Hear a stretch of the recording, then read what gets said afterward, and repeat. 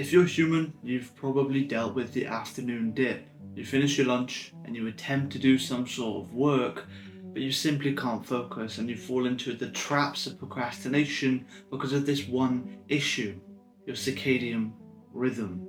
See, biologically, you're predisposed to this afternoon dip. And if you don't implement the actionable tips I will give you in this video, it will constantly haunt you and limit the progress you'll make. So if you want to capitalize on the hours of your day, watch to the end of this video. You have nothing to lose and everything to gain. Let's get into it. So what are we talking about with this circadian dip? And it's a super simple concept all around your circadian rhythm. So this is what keeps you awake or puts you to sleep. And most people think it's down to only that, but it also controls your melatonin, your cortisol, a lot of the hormones during the day that are going to make you focused or procrastinate are down to the circadian rhythm. See, if we locked a man in a cave with no light, he'd still sleep, he'd still wake due to this circadian rhythm. He'd still be focused, he'd still feel sleepy due to this circadian rhythm. So we have to be clear on what it looks like for us, because everyone has a different circadian rhythm.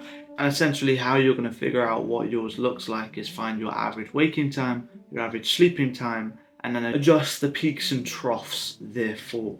So for example, the lowest body temperature is called the nadir of the night. That is going to be 2 to 3 hours before your average waking time. So on here it says 4:30, right? But for you it may be 5 or 6:30 in the morning, and then you can adjust the rest of the figures therefore. Now you know your circadian rhythm and what's putting you to sleep, keeping you focused and waking you up.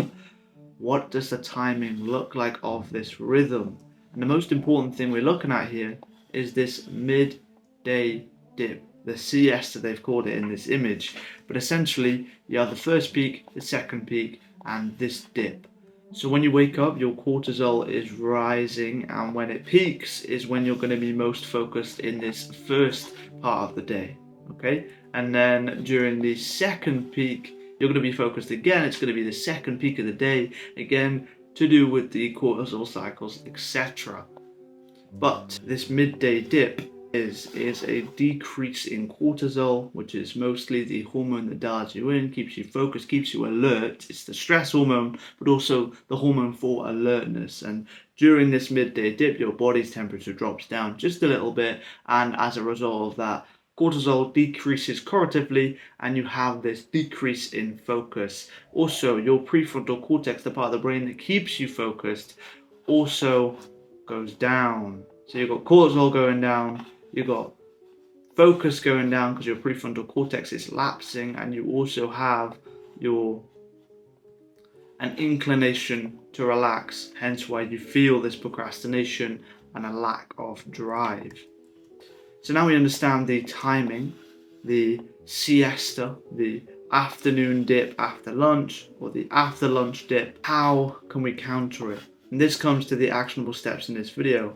And firstly, and kind of importantly, is avoiding high glycemic index foods. See, although we've covered the circadian dip, you also have a glucose dip, a glucose crash in some cases. If you slam loads of sugar, you're eventually going to have that crash of glucose, and that's going to make you feel sleepy, lethargic, and less focused also.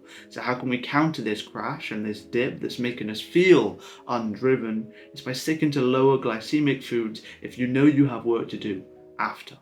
I'm not saying you never have white bread again, I'm not saying you never have pasta for lunch again, but what I'm saying is if you know you have to do work, you should be tactical in not consuming high glycemic foods, because you're going to have that crash, you're going to have that brain fog, and you're going to be messing with your focus. The second actionable tip comes down to borderline napping. See, science studies, everything showing that during this afternoon dip, if you take a tactical 10-15 minute nap, you can bring back 20 to 30% of the focus you'll be losing, therefore making you more productive.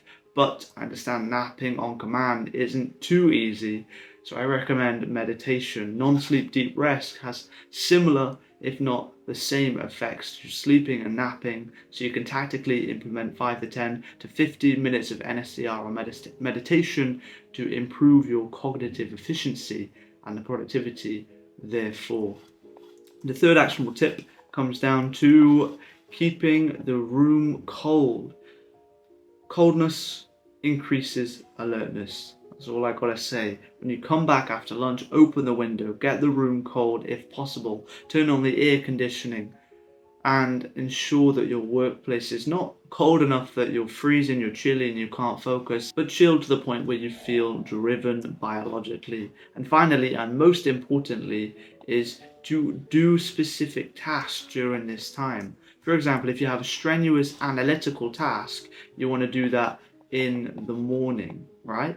Because you're alert, you're focused, you're in this first peak that we spoke about before, and your creative tasks you want to do in the PM after this afternoon dip here, because if you're going to be dipped and you're going to be less focused and less driven, and your prefrontal cortex, the part of the brain that is going to keep you focused, is lapsed, then the only parts of your brain you can properly use are the ones that are for creative work. So hence it makes sense to time your tasks around this rhythm, ensuring that you're going to capitalize on the fact that your prefrontal cortex might not be as active. But yeah, essentially that's it. You have the rhythm, the timing, and the actionable steps.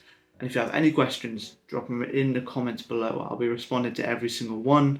And if you want further actionable steps, strategies, tactics, tools, techniques, and the science behind why you're productive or not productive, my school community is linked in the top link in the description, where I'll be working with people one-to-one. I'll be giving you that value that you need to finally become productive and do the work you say you're going to do. You'll get templates, trackers, guides, educational content, and for the next 63 individuals only, I'll be personally sending you a high quality physical planner and habit tracker for you and your productive journey. So if you hit the end of the month and the service isn't for you, you can leave, no hard feelings, you get to keep the book forever.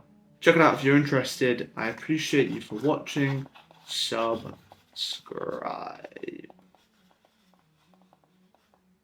Thank you.